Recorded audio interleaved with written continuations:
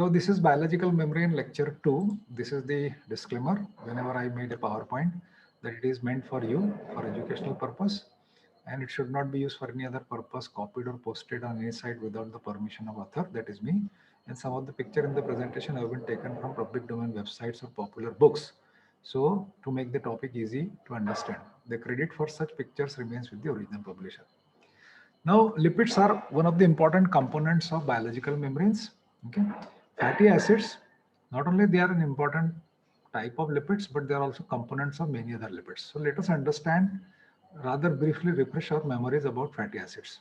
So fatty acids, you have two types of fatty acids basically.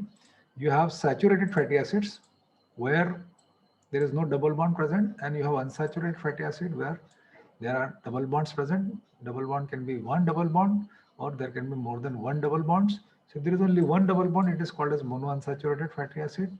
And if there is more than one double bond, it is called as polyunsaturated fatty acid. Polyunsaturated fatty acids are also called as essential fatty acids, EFA, because you cannot synthesize them. You are dependent on external sources, and therefore they are called as essential fatty acids. Most naturally occurring fatty acids, they have 12 to 20 carbon. Please remember, fatty acid chain length start from 4 carbon. Butyric acid is the simplest fatty acid. 4 carbon fatty acid, butyric acid is the simplest fatty acid. But naturally occurring fatty acids, usually they have in their backbone anywhere between 12 to 20 carbons. Okay. For example, this is a 16 carbon saturated fatty acid. Okay. And normally, as far as we are concerned, we will be starting our counting of carbon from functional group, that is C double bond OH. Carboxyl group is the functional group. So we'll start our counting of carbon from this.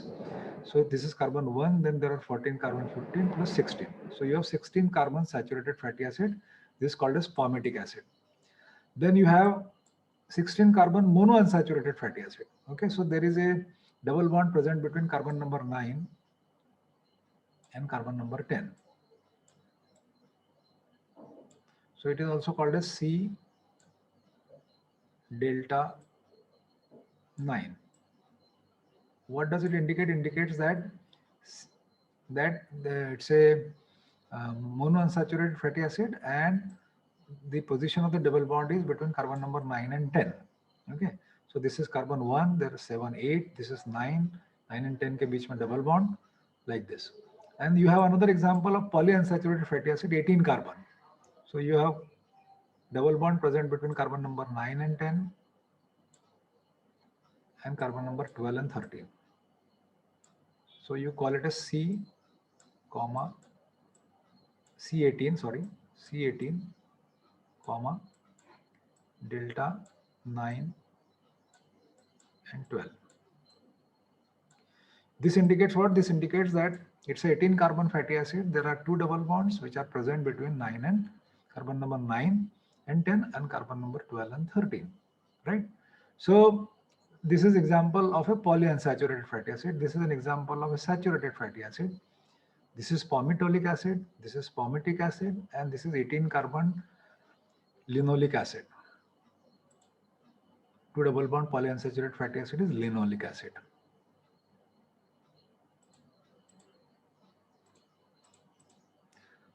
Now, this is another example, these fatty acids, different fatty acids which are present in the biological system. For example, this is example of saturated fatty acids, 12 carbon lauric acid, 14 carbon myristic acid, 16 carbon palmitic acid, 18 carbon stearic acid, and 20 carbon arachidic acid. These are very common. These are their scientific names: dodecanoic acid, tetradecanoic acid, hexadecanoic acid, octadecanoic acid, eicosanoic acid. And these are the formula: CH3, CH2, 10 repeated 10 times, C double bond OH. And please look at this. These are the melting points. So as the chain length increases, the melting point keep increasing. This is important. Chain length increases, the melting point is increasing, right? These are examples of unsaturated fatty acids. You have palmitoleic acid, there is one double bond. It's a monounsaturated fatty acid, 16 carbon. Okay. See, the presence of double bond here. Okay, but in this case, they have counted it from the CH3 group. Carbon number 1 is CH3, whereas we have counted carbon COH carbon as carbon number 1. So therefore, there will be some confusion, but whatever I told you, you just keep that in mind. We will be starting from C double bond OH group. So there is one double bond. Okay, this is the scientific name. Then you have 18 carbon, one double bond, oleic acid. There is only one double bond. Then you have 18 carbon, two double bonds, right? There are two double bonds. This is repeated twice, linoleic acid, like this. And 20 carbon, four double bonds. There are four double bonds. It is called as arachidonic acid. Okay, so these are some of the common monounsaturated and polyunsaturated fatty acid.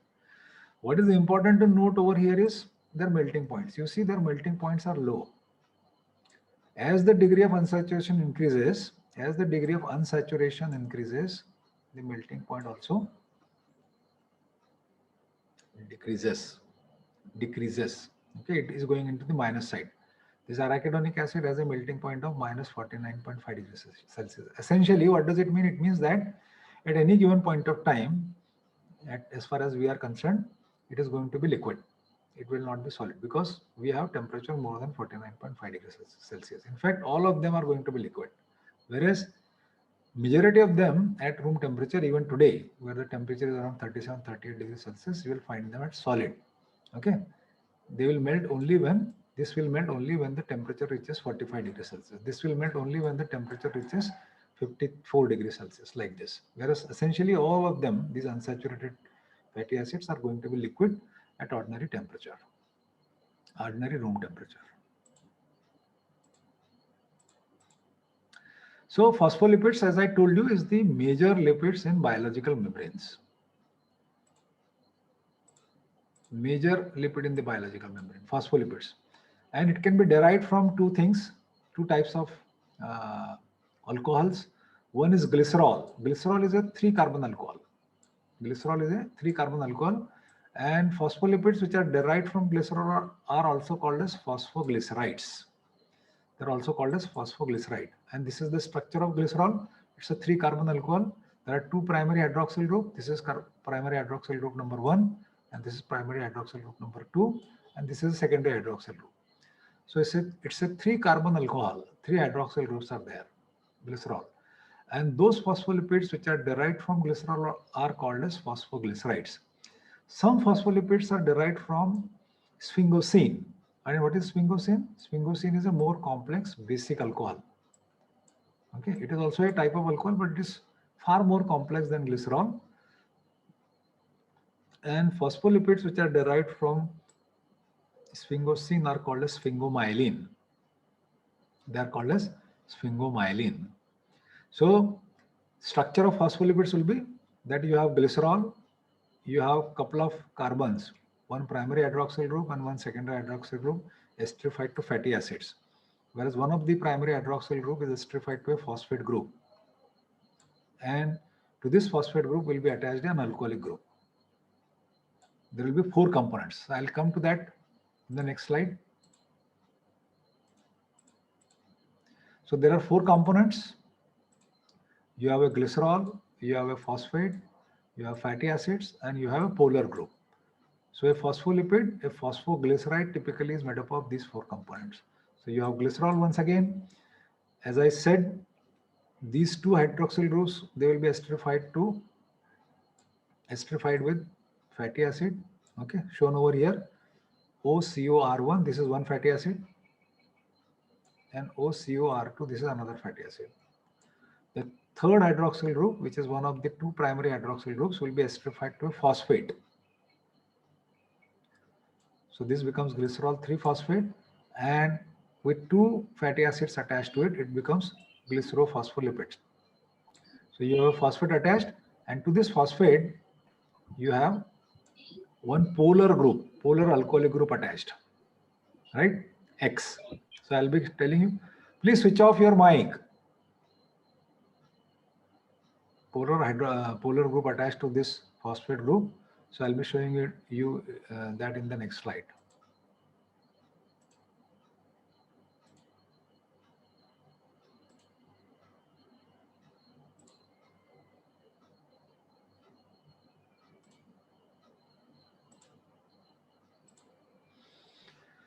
So once again, see the structure of phospholipid, very important. You have a glycerol in the backbone.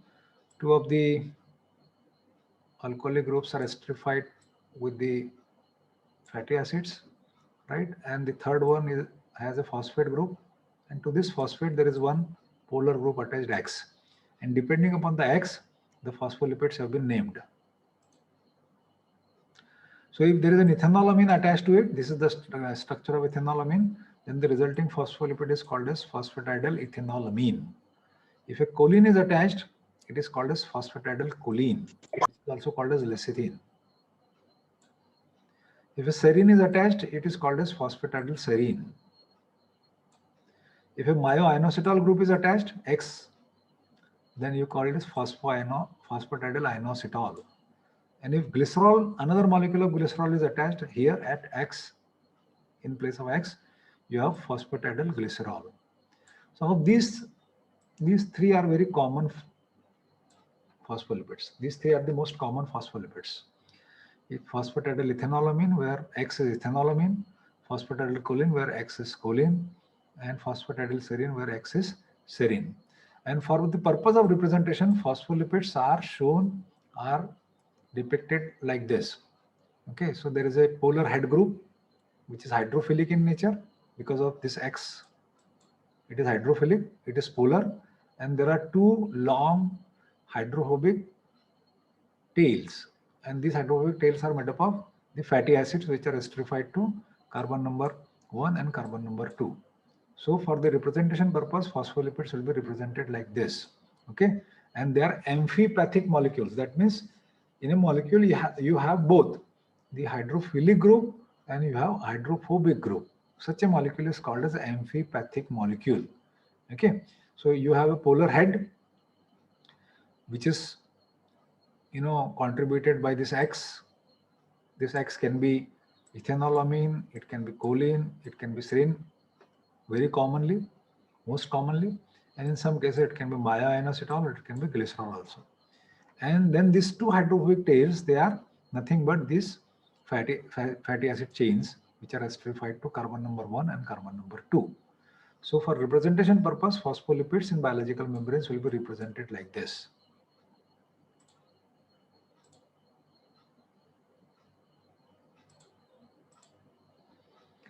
Okay, you have another type of lipids that is called as triacylglycerol.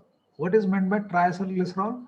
It is very simple. You don't have to really remember this if you understand the basics.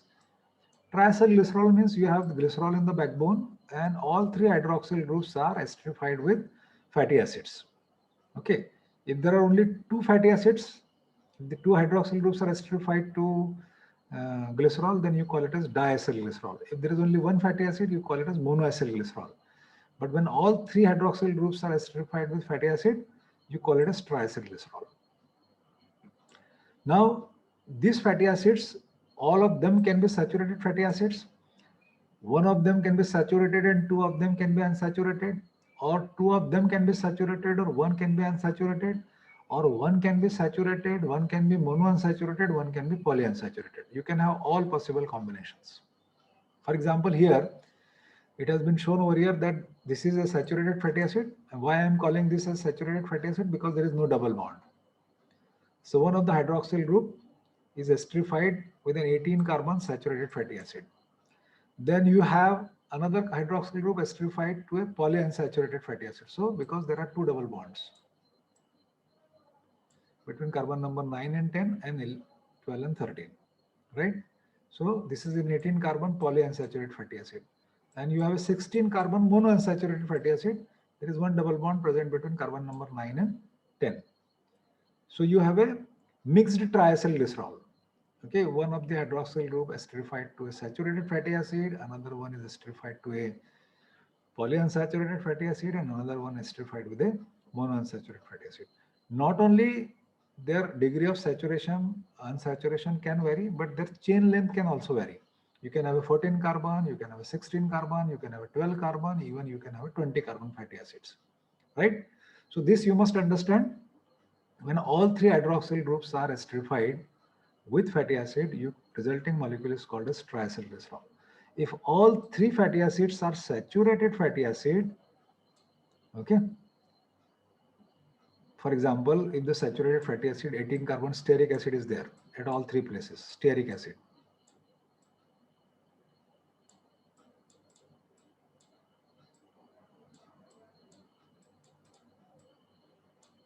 It's an 18 carbon saturated fatty acid.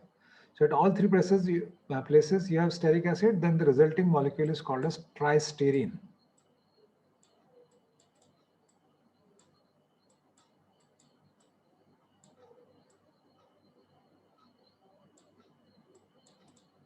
Tristearine. Okay. If it is 16 carbon palmitic acid, you call it as tripalmitine. Okay. If it is 18 carbon monounsaturated fatty acid, oleic acid, then you call it triolene. Okay. What is the difference? This tristearine, tripalmitine, these are fats. Your vanaspati ghee that you use in the kitchen is nothing but these fats, tristearine, tripalmitine, like this. Okay. And you see in your kitchens that this vanaspati ghee, it remains solid at the room temperature. Okay. You have to melt it, you have to warm it, and then it becomes liquid, right? Because saturated fatty acids, as I just told you in previous slides, that they have higher melting temperature. Okay. Whereas triolene, where all three fatty acids are monounsaturated fatty acid, oleic acid, 18 carbon monounsaturated fatty acid, oleic acid, or trilinoline, where all three fatty acids are linoleic acid, 18 carbon polyunsaturated fatty acid. So those are called as oils.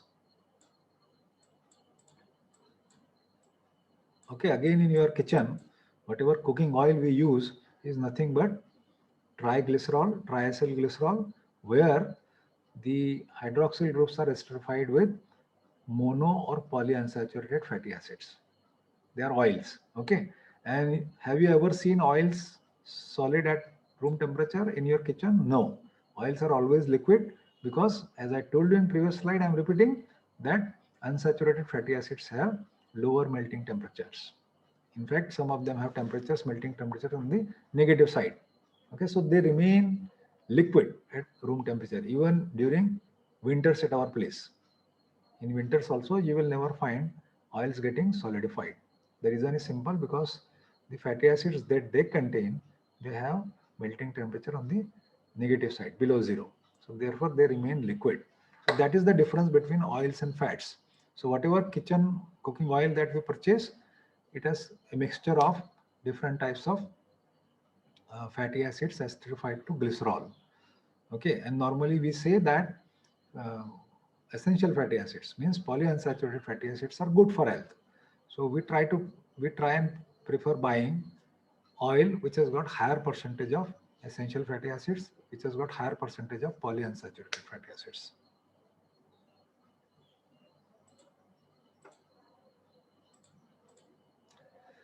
So another kind of phospholipids are called as sphingomyelin.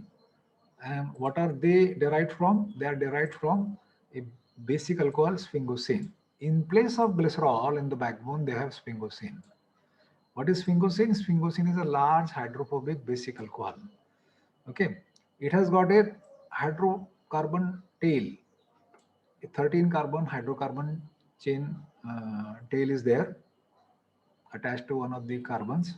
So you have CH3, CH2 repeated 12 times, CH double bond CH, CHOH, CHNS3, CH2H. This is the structure of sphingosine. So it has got a hydrocarbon tail attached to one of the carbons. Okay, it can be represented like this also. So you have CH3, CH2 repeated 12 times, like the CHOS, CHNS3, CH2OH. I have drawn it in different way. And to this amino group, esterified to this amino group, there is a fatty acid. There is a fatty acid molecule. Okay. So this is the resulting compound is called as a ceramide.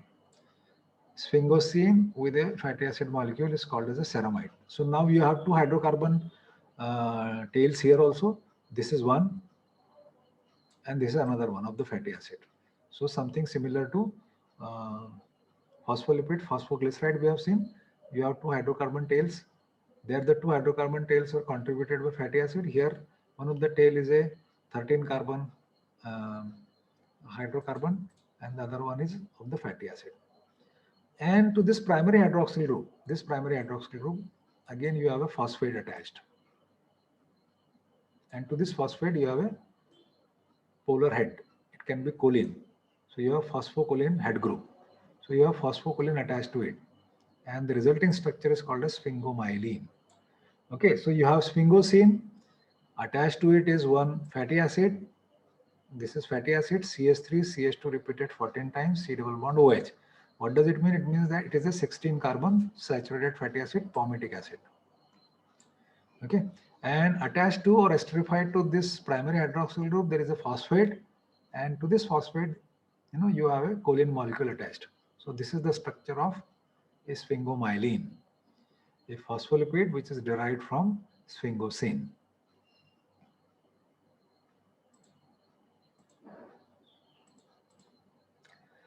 Another type of lipids which are present in biological membrane is called as glycolipids. They also have sphingosine in the core. Structurally, they are similar to sphingomyelin because the core is made up of sphingosine. Okay, the structurally they are same as that of sphingomyelin, except in place of a phosphate and polar group, they have a sugar residue. Okay, so if you look at the previous slide,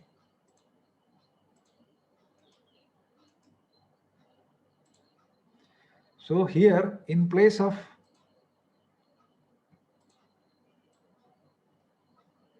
phosphate and the polar group, rest of the structure remains same. You have a sugar.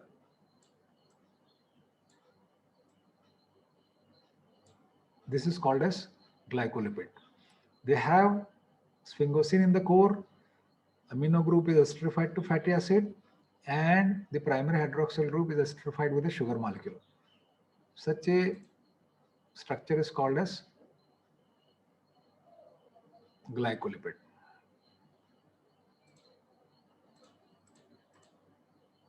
Shown over here. So you have sphingosine. Okay, you have sphingosine structure, and then amino group is esterified to a fatty acid. Okay, and this primary hydroxyl group, you have a sugar molecule attached. If there is only one sugar molecule, it is called as cerebroside. If there are multiple sugar residues attached, then it is called as ganglioside. Gangliosides are very common in brain, in the white and gray matter of the brain, but in the membrane lipids, you will have very often cerebrosides. That means you have only one sugar residue. It can be glucose, it can be galactose, or it can be an amino sugar also. N-acetyl glucosamine, N-acetyl galactosamine, like that. So you have just one sugar residue attached. It is called as cerebroside. And if you have multiple sugar residues attached, it is called as ganglioside.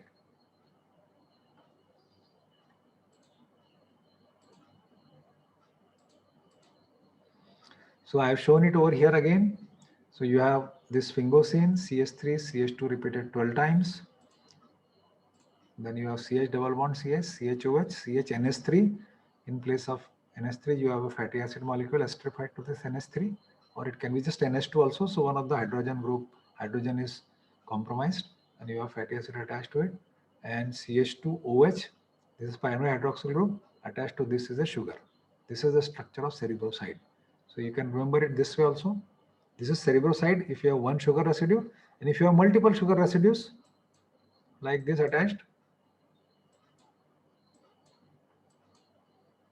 then it becomes ganglioside.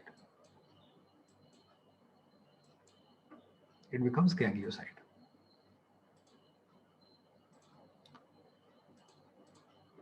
The third type of lipid which is commonly present in the biological membrane is cholesterol.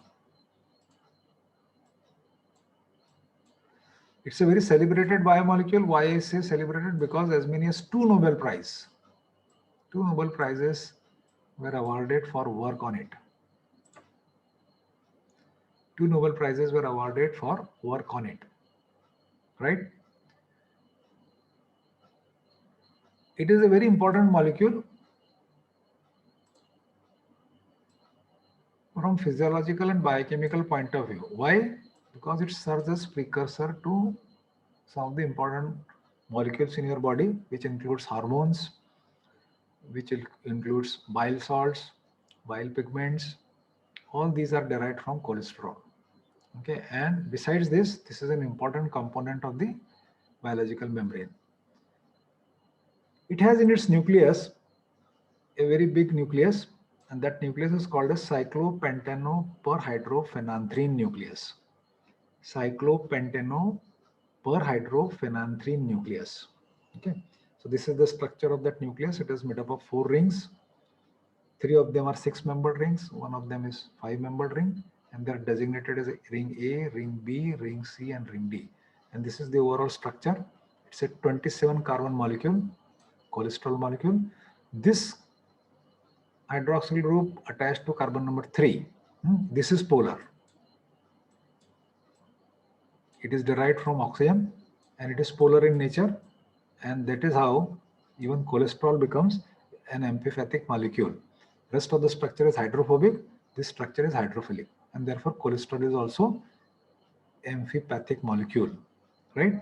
Like other lipids, phospholipids or glycolipids, even cholesterol is amphipathic. But because of its very large nucleus, it is pretty rigid. Unlike the phospholipids and glycolipids, which have long hydrocarbon tails, they are what you can say, uh, they are not that rigid. But this cholesterol is a rigid molecule. Wherever it occurs in the biological membrane, it imparts rigidity to that particular region of the biological membrane. So you have this biological membrane, lipid bilayer. Okay, typically, as I said, I have been telling you that lipids can migrate in lateral direction, so the membrane becomes fluid. It's not a static structure, rather it is a fluid structure. But wherever cholesterol is present in the biological membrane, that particular region, that particular spot, that particular place, it imparts rigidity. It doesn't move that freely because of this very large and bulky nucleus.